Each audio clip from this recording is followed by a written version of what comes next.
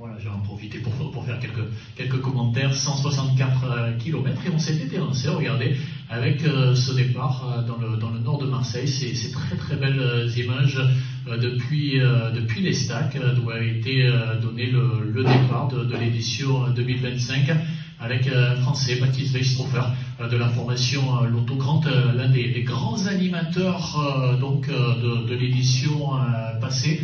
Avec parcours toujours difficile dans l'arrière-pays marseillais, et puis cette vue, ces vues magnifiques, cette route des crêtes sur laquelle on reviendra un petit peu plus tard au cours de cette présentation, avec l'échappée qui aura animé jusqu'au pied de la route des crêtes cette édition 2025, avec cette route des crêtes juge de paix des dernières éditions. Et à ce moment-là, c'est vrai qu'un scénario qu'on avait l'habitude de retrouver depuis 2020, avec en effet le rythme du peloton qui s'emballe, avec parmi les équipes présentes l'an passé la formation Ineos qui aura mis le feu aux poudres, et puis ce groupe de 5 dans le final, avec des garçons comme Kevin Vauquelin, étincelant l'an passé sur les routes du Tour de France, meilleur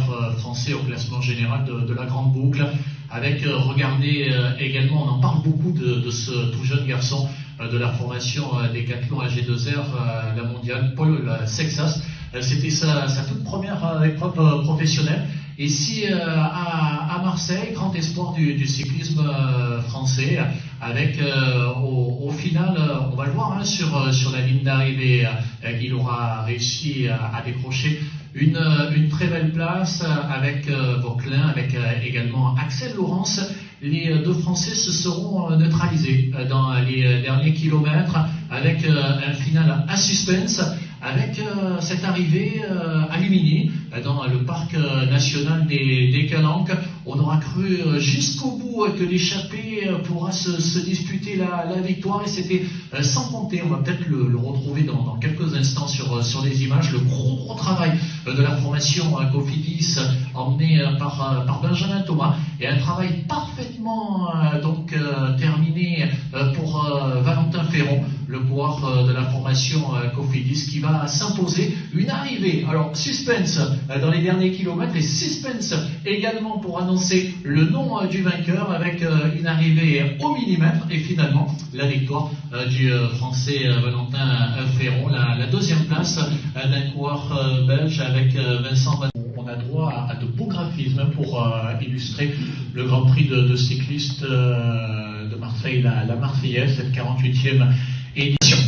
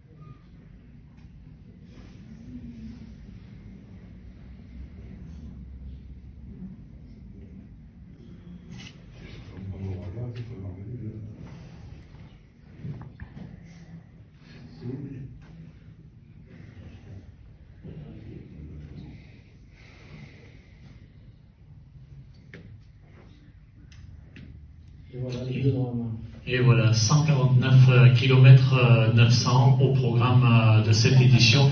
Mon cher Jean-Luc, on va bien évidemment te poser quelques questions sur ce parti cycliste de Marseille qui unit le nord, le sud de la ville, avec cette arrivée, et on va y revenir sur le boulevard Michelet, et puis ce départ donc en 2022 depuis Château-Gombert, 2 années à l'Estac, et nous voici cette année de retour dans le quartier de Château-Gombert.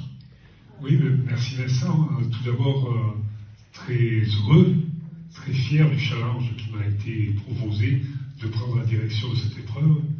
Depuis quelques semaines, je travaille avec cette équipe formidable.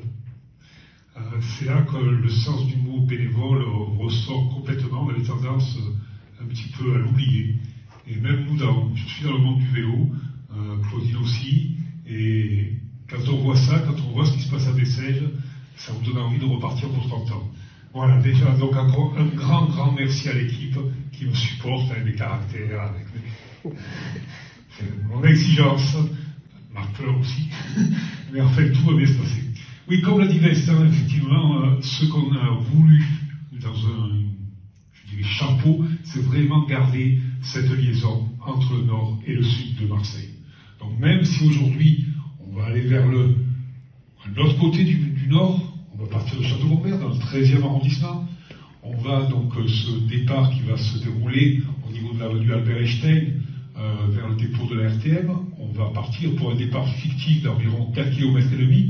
Et là, les coureurs vont s'élancer vraiment pour le départ au niveau du Logis Neuf, en bas de la côte des Termes. Là, nous allons retrouver notre parcours traditionnel. Je vous l'expliquerai, vous le voyez, vous le connaissez tous, vous, les passionnés du Grand Prix, Gréasque, Belcoden, Peigné, pour arriver au premier meilleur vainqueur, alors le pas de la poêle. Nous, les cyclistes, on a l'habitude d'appeler ça le petit Galilée.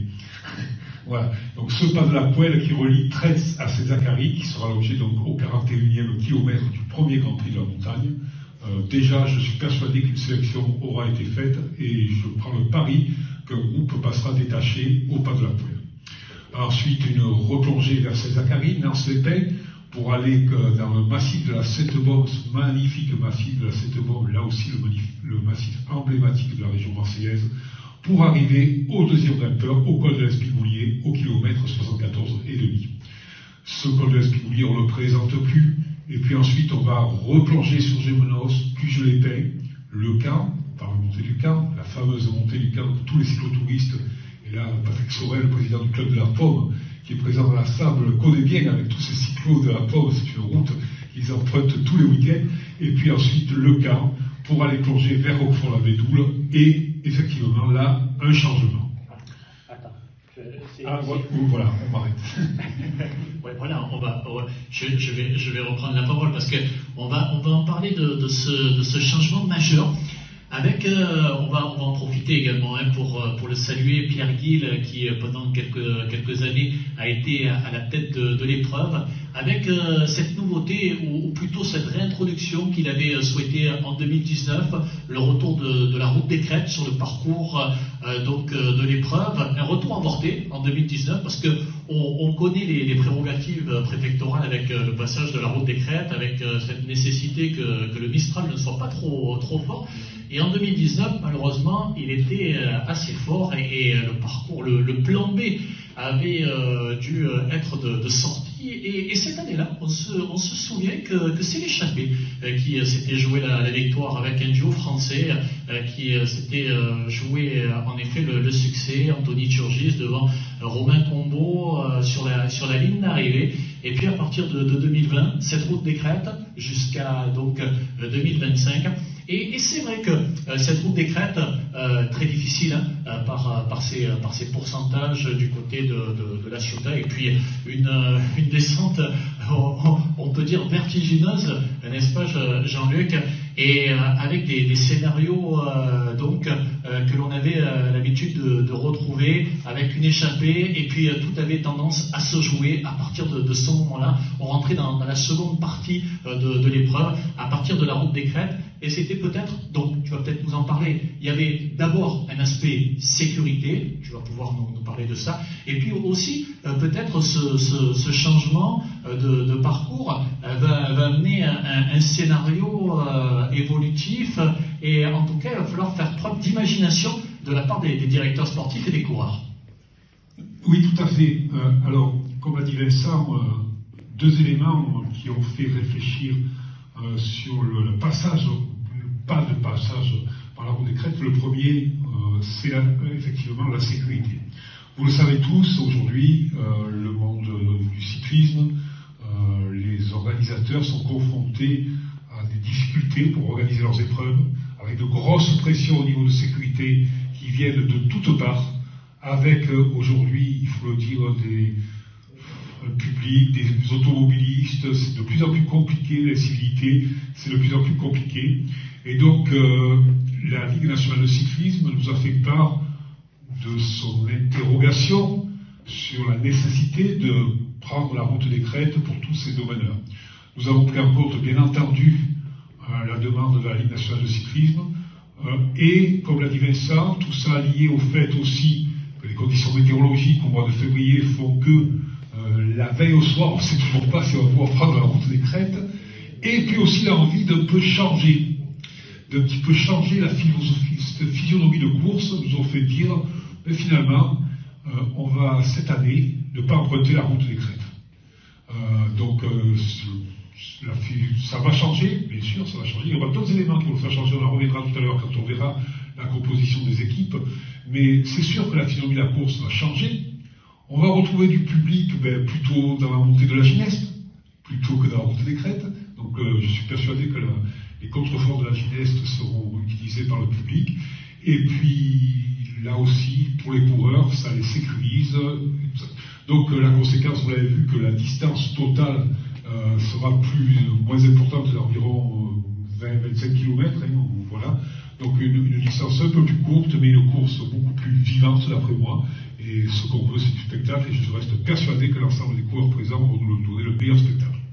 Je vais saluer Jean-Luc Coréard, nouveau directeur de course. Ça va être son baptême du feu à la tête de la direction sportive de l'organisation, passé par de nombreux postes au sein de l'épreuve depuis quelques années et quelques éditions. Et donc cette année, directeur de course, mon cher Jean-Luc. Alors avant de te poser quelques questions sur le parcours, je te propose de le visualiser, ce parcours. Que les coureurs Décathlon CMA auront à cœur de montrer à leurs sponsors, avec les belles images de nouveau sur la tour CMA, qu'ils sont à la hauteur de ce qu'ils attendent d'eux.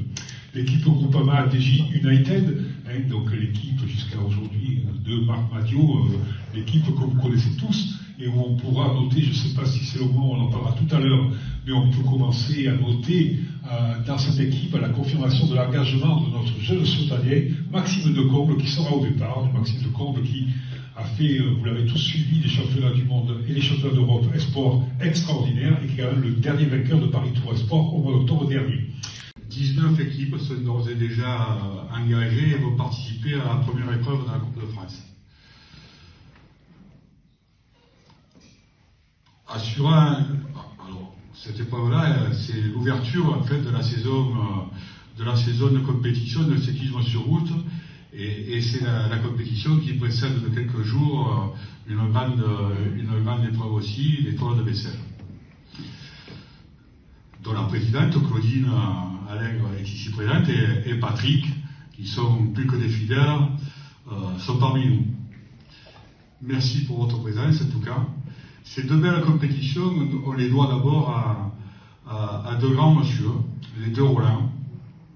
On ne le dira jamais assez d'ailleurs. Roland Fangil pour l'étoile de Bessèges et Roland Villalonga pour le Grand Prix de la Marseillaise. C'est leur passion du vélo et du beau sport accessible à tous qui a donné naissance au Grand Précipice d'un côté, à l'étoile de Bessèges de l'autre. Deux magnifiques compétitions qui sont portées par une équipe de bénévoles dont l'engagement sans faille assure le succès et le bon déroulement de la compétition. Comment ne pas penser d'ailleurs à ce moment à mon propos, à ce moment-là, à l'un d'entre nous, aujourd'hui qui nous a quittés. Je pense à Maurice Gall, qui était si important dans l'organisation de la compétition, et un si bon camarade, bienveillant avec tous. Que tous ces hommes et ces femmes de Bessèges ou de Marseille soient remerciés pour leur engagement. Cette belle équipe s'est renforcée depuis quelque temps maintenant, avec l'arrivée d'un autre passionné de ce sport, un petit jeune avec une grande expérience, Jean-Luc Coréard, que j'ai demandé de venir avec nous.